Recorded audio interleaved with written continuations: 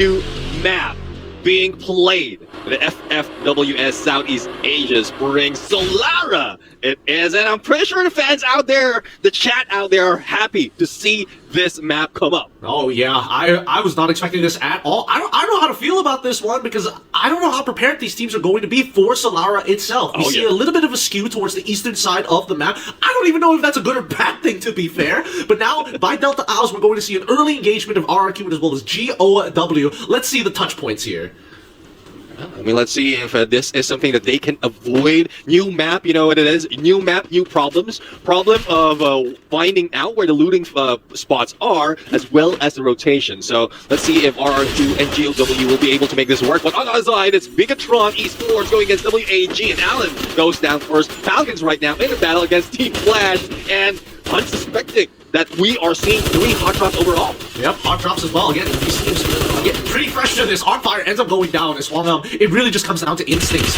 Flash doing well, and they're sure to leave the limit. Half left to die. Falcons bow out of the race early on. Where to drop, where to loot. They don't have a full-blown plan where Team Fight. They've noticed, oh boy, they're taking the high ground on us, and Dude is in currently a lot of trouble as he's looking to try and secure and bring his teammates back up to speed. VP quickly are able to get on the speed, but you know he's here to kind of slow them down. The second floor is now hot zone as Nameless finds one, and they even find potential second here. Stuck in the corner, Dude can only do so much to make this work. Sypha does find one back on the Zombie side though, as the full teams now have regrouped. Riptide Rhythm is on the outside, so these blue walls are going to stay for a little bit longer than it probably should, and that's going to be VP wiping out AG in CQC. Oh, it's so brutal. One fight after the other. You can see how unpolished this is for a majority of the teams, right?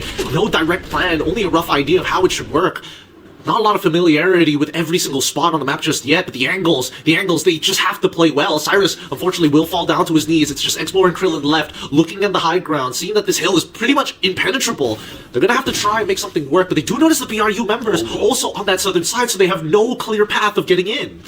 Yeah, they're stuck, but Heavy might be able to help them. One takedown already on Faiz, and it might be the distraction that WAG needs to get away, but not so much of movement can be done. Not so much of cover can be taken, especially with BRU also on the right-hand side, but they have RQ to deal with as well as VP on the right side. So it is a 4th phase going to 5th. It is going to get tight, but we still have 8 teams remaining.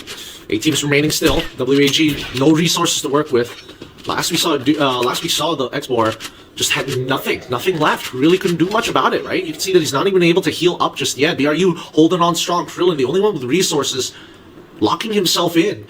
RQ as well as BTR are in a pretty interesting position. They're very close to the ring, the next ring, but they also can't really make a move just yet. There's no clear path, and now they're noticing it. Oh, Hoja able to get the headshot. Another pick for BTR.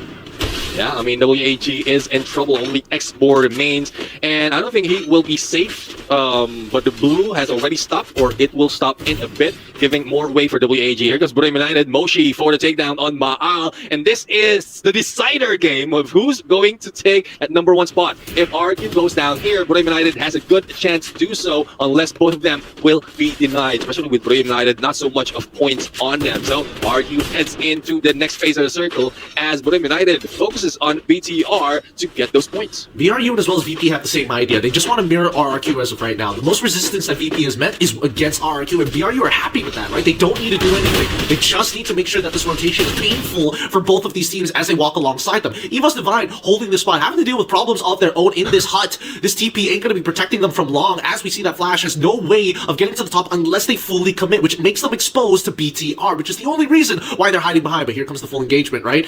Riptide Rhythm's already been in advance. They get into the... Oh, Rubber Rush actually making it through. Wow, the first to fall. The landmine's good coming in from Apex and even finds an elimination immediately after. We've seen EVOS turtle up like this before. The firing line ready to go. The next person who shows themselves will get punished. Here comes the Riptide Rhythm, get rid of all of the walls. And here comes EVOS exploding outside of the hut, making sure that this TP is put to good use. EVOS, this is their default state. There's nothing left. No more resources to work with. No more active cards to make this work. And they're going to get locked in. The blue wall melters are here. And here comes RRQ quickly following up, keeping them in. RRQ looking for as many eliminations as possible as BRU is the next to fall. With RRQ, one member already down. Ma'al, he's going to have to make these shots count. He finds Aim God. Abax is able to take down Abe. Ma'al finishes off Aim God. They traded 1 for 1. Yeah, he was Divine. 3 players playing at this point. Spots 1 player, and that is Shin from Team Flash. 3 teams remain, and I think RQ has done enough already to be able to maintain their spot, unless they will be taken out a little bit early. But Evo's Divine, the one team that has an advantage against RRQ, is slowly dwindling. 18D right now. The Clutch Kid is now waiting for the blue to close in and then rush it outside. But Avax with that pressure. AWM, and Avax takes him down. Only 1 remains for RRQ, and Evo's Divine has BTR to deal with, and there's still no signs of the player from RRQ though, so this might be it. They can't steal this away. They could. They see that EVOS is going to be the big problem here. Riptide really get rid of the blue walls behind them. They may have overshot because BTR just want to creep on forward. They see the shotguns, they don't care. They got Cassie with electrotherapy ready to go. Can't squeeze through. But Kota, he's already 5-1, but Avax gets a headshot of his own. He's dwindled the numbers. 3 members are strong in RRQ. Mahal, he's done it. He's pulled it back. He's got the position for his team, and he's ready to go.